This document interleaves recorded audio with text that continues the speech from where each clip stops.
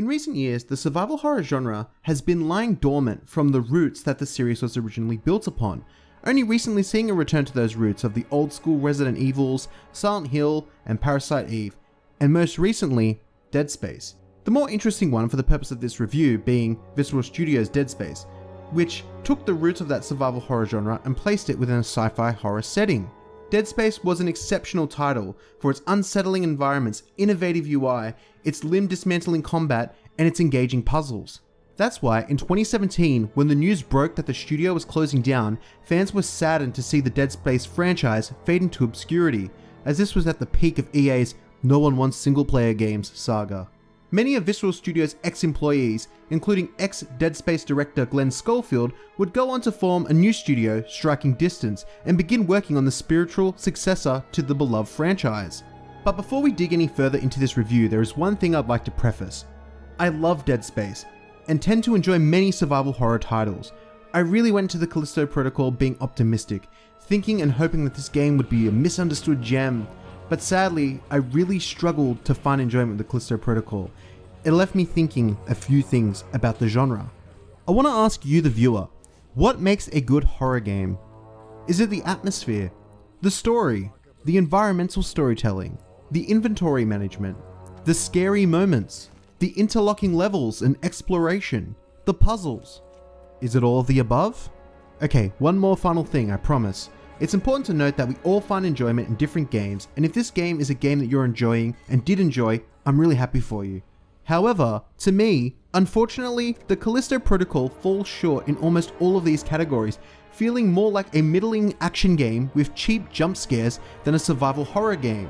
The scariest part of the Callisto Protocol comes from actually having to interact with many aspects of what the game offers, some of these issues being technical, but many more being foundationally broken. I'm going to start off by getting into the gameplay for Callisto Protocol, which is where I feel most of the issues that I have with the game take form. Callisto Protocol takes a bold departure from its predecessor, Dead Space, with a much heavier focus on melee combat through the use of your baton. This is an interesting change, and I can see where Striking Distance were going for with this approach.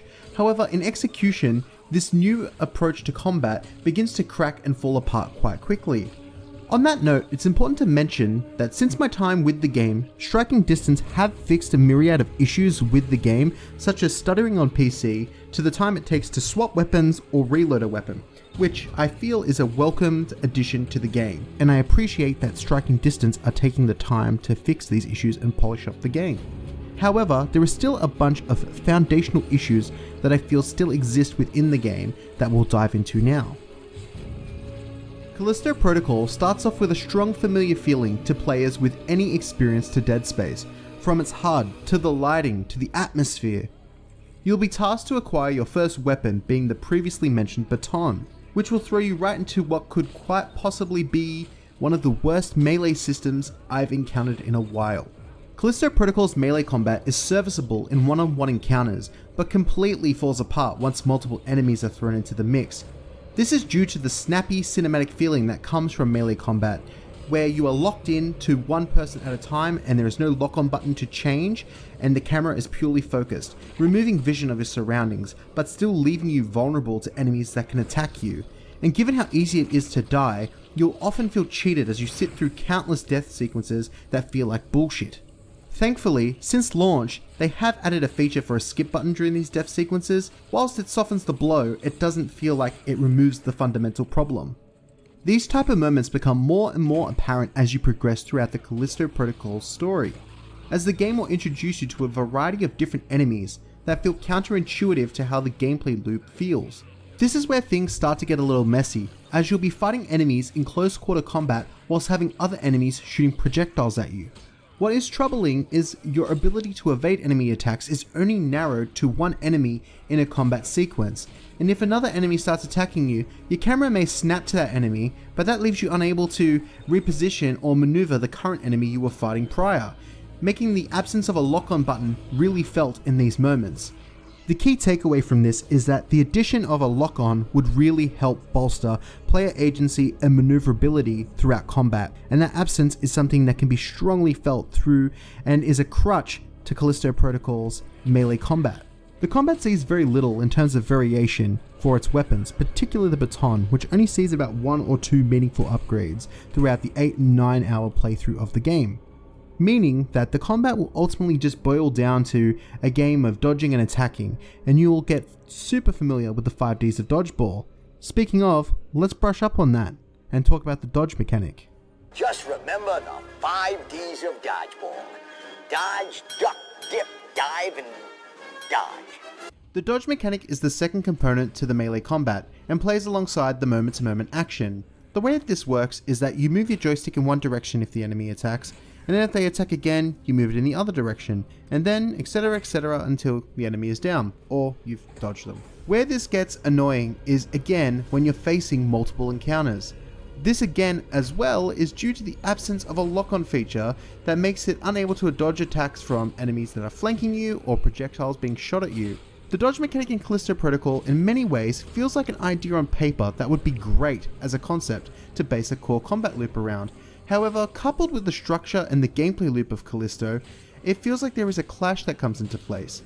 The dodge mechanic feels very action-oriented for an oppressive sci-fi world, and mechanically it feels like a gimmick more than a proper gameplay mechanic that can elevate the gameplay.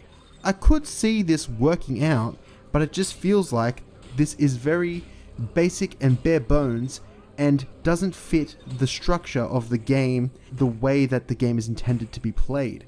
However, I could see this working in some sense, which is what I'll get into now. Now, I do think there is a world where the core elements of Callisto Protocol's melee combat can work, and I see it being in a way where the player can make more use of the environments and being able to lure enemies into one-on-one encounters and disincentivize fighting multiple enemies. This could be coupled with some light stealth mechanics that would provide a more tense horror experience that I do feel would serve both the feeling and the combat experience of the game. But unfortunately, what I feel like we're left with is a game that becomes tolerable at best once you're able to use guns and stasis abilities, and insufferable when you're needing to rely on melee combat. Whilst it is pretty clear here that there are a lot of things I didn't enjoy with the Callisto Protocol, I do commend it for giving it a try, and I would like to see them try to evolve on these formulas and ideas that they've come up with, particularly working on a more suitable form of melee combat and dodge mechanics, kind of revamping and looking a bit more into what they can do with that transformation system, as I do understand it's supposed to be oppressive, but it can feel a little bit like exhausting at times to fight multiple enemies like that, and I get what it's going for, but that's just how it feels. The last thing I'd like to talk about in the realm of abilities and combat is Stasis. Callisto Protocol has brought across the Stasis abilities that were found in Dead Space. Where in Dead Space it was used as a tool for puzzle solving, in Callisto Protocol Stasis serves more as an offensive weapon, where the player can push and pull enemies into environmental hazards, which is fun. Actually, it's the best form of combat, the most fun and engaging form that is found in the Callisto Protocol. But this brings me to the puzzles and stasis abilities. The stasis moving to more of a combat mechanic really makes sense here, as puzzles in this game are absent. There is like one basic puzzle that is recycled throughout the whole game, where you take a fuse from one fuse box and put it in another fuse box and boom, the door opens. But other than that, there is nothing, nowhere near the depth that could be found in a game like Dead Space, Resident Evil, any survival horror game really. Callisto Protocol in many ways doesn't follow the staples that have been laid out by the survival horror genre, and takes more of that linear approach where it can be akin to something like Last of Us or another type of third-person game where you're going room to room to room, level to level to level. And it's not to say that other games like even Dead Space don't have that chapter to chapter, area to area, but there was a sense of like you can come back to certain parts of the game and revisit and pick up different items and, you know, the staples of a survival horror game. And that very much isn't present in Callisto, and in many ways I feel like that and the absence of puzzles, which just blend so well together, is something that is sorely missed in this game that could really help take in the beautiful atmosphere and stunning visuals. I don't want this video to just be a one-to-one comparison between Callisto and Dead Space. However, I do feel like in a lot of ways this game is trying to take and pull a lot from those inspirations that they had with the Dead Space franchise, working on it in the past, and wanting to make Callisto be that spiritual successor that both themselves and the fans wanted all these years. But one major departure that the Callisto Protocol takes is through its more linear structure of its levels. The Callisto Protocol does have a few optional rooms, but once you venture through those rooms, they'll all just loop back to the main beaten path anyway. I noticed in some areas as well, if you progress enough in an area and go forward and then try to come back to an area to pick up items that you didn't need prior, they aren't interactable.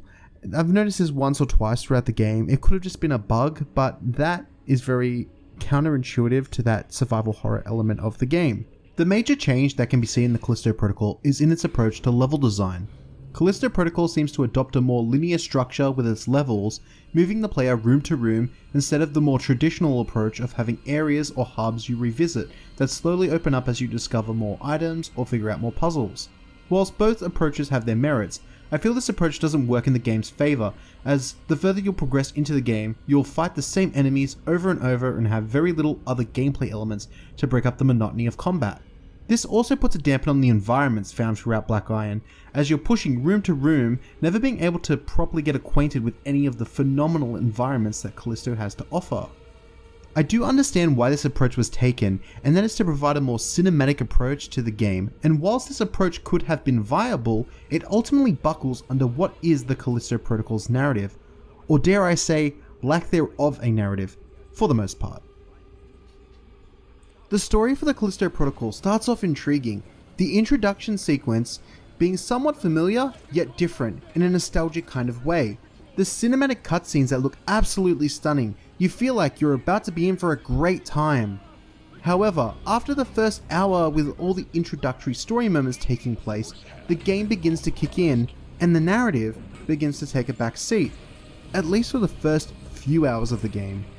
One of the greatest strengths of the Callisto Protocol lies within its stunning visuals and environmental design, with crazy great vistas to look at that really encapsulate that sense of dread, and it really manages to create that oppressive environment where you feel like the odds are always stacked against you.